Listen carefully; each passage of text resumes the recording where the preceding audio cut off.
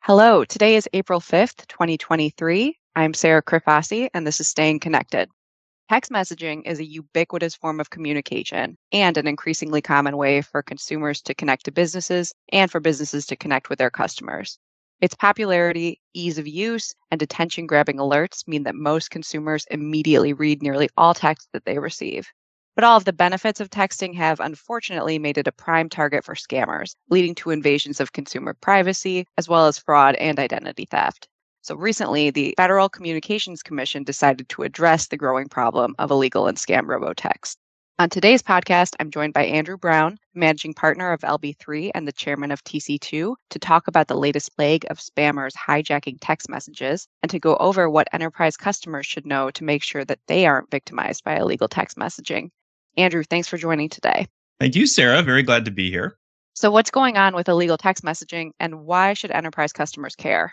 Well, as you know, over the past several years, the Federal Communications Commission has led a really aggressive effort to crack down on illegal robocalls. So the bad guys that used to interrupt our dinners with a robocall, they've now moved on to what is really a better and easier platform for them to use to push their frauds and scams, text messaging. And what is obvious to anyone that has a wireless phone is that illegal robotexts are on the rise, like explosively on the rise. And just to be clear, what we're talking about when we say illegal robotexts or spam text messages, those are the texts that are sent without the recipient's consent and usually for a nefarious purpose, like scamming you out of money or getting you to reveal personal information that can be monetized on the dark web or whatever.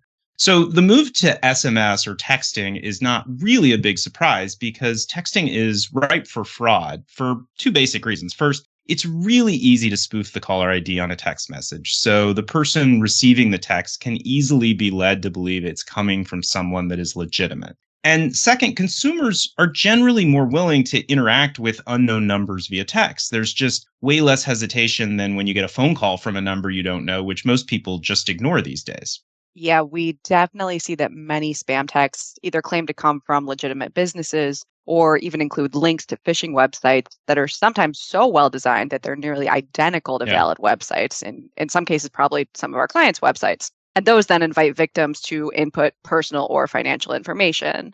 So the illegal text spam problem can harm enterprises reputationally, and it can also harm them financially or with respect to privacy if employees are manipulated into giving up sensitive enterprise information. Yeah, that's right. And that's become such a big concern for legitimate businesses, particularly large enterprises that use texting to communicate with their customers and clients. Okay, so we've got a perfect storm of potential harm here, risk to goodwill and to businesses' internal operations. So what is the FCC doing to stop this problem? Well, as you know, for the first time, the FCC is requiring wireless providers to block text messages that it calls highly likely to be illegal. So wireless providers will now be blocking text messages that claim to come from numbers that could not actually originate legitimate text messages. So numbers from invalid or unallocated or unused numbers in the numbering pool or numbers that are listed on a do not call list. Any text message that purports to come from one of those types of numbers is most likely illegal because no entity could use that kind of number to legitimately originate any text messages. And because a lot of consumers are accustomed to receiving text messages from known businesses that come from unknown or unidentified numbers, blocking these kinds of text messages should increase trust in the remaining legitimate communications transmitted via text. All right, well, that seems like a good thing then, because the only beneficiaries of being able to text from those now blocked numbers would be the bad actors. That's right. So that kind of blocking really shouldn't present any issue to enterprise customers. But what we are concerned about is when carriers inadvertently or overzealously block legitimate text messages, including those sent by legitimate businesses. Oh, yeah, that's definitely a problem. And we know that some of our clients have run into the issue of their legitimate texts getting blocked. So has the FCC done anything yet to address carriers' inadvertent text blocking?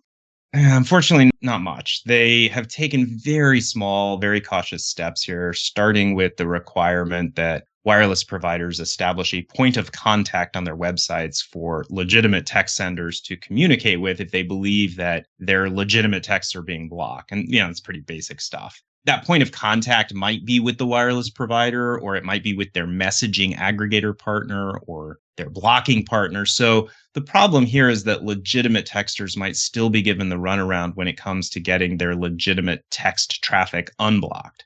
But as I mentioned, this is really just a starting point to get the process of unblocking legitimate text started, what is called remediation. The legitimate texter should also have ready what the commission calls documented objective evidence of blocking. But what that evidence isn't really defined. So it'll be up to enterprise customers to maintain appropriate records of who they are texting and when they're transmitting those texts that aren't going through.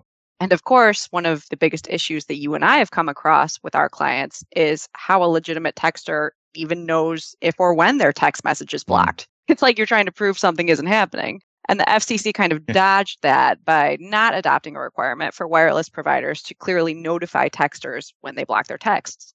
Yeah, that's right. So the underlying carriers or their blocking providers might send different response codes indicating why the text message was blocked. And that just puts the burden on enterprise customers who will now need to pay attention and keep records of the various methods of blocking notice they receive, if any, so they can be on the lookout and reach out to the carriers to remediate inadvertent blocking if needed. This just isn't a great system for enterprise customers, to be honest, because without clear, consistent notice of text blocking, they may not know if they need to pursue remediation or if they need to contact customers with potentially time-sensitive information, by some other method than text.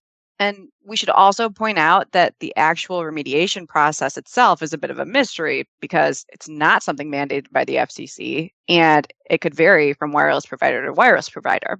And also, there's no mandated time limit within which the carriers have to resolve erroneous blocking complaints. But I know that we're working to get the FCC to establish a reasonable time period there for dispute resolution. So this kind of gets us to the question of what business customers can do then to maintain trusted, effective text messaging communications.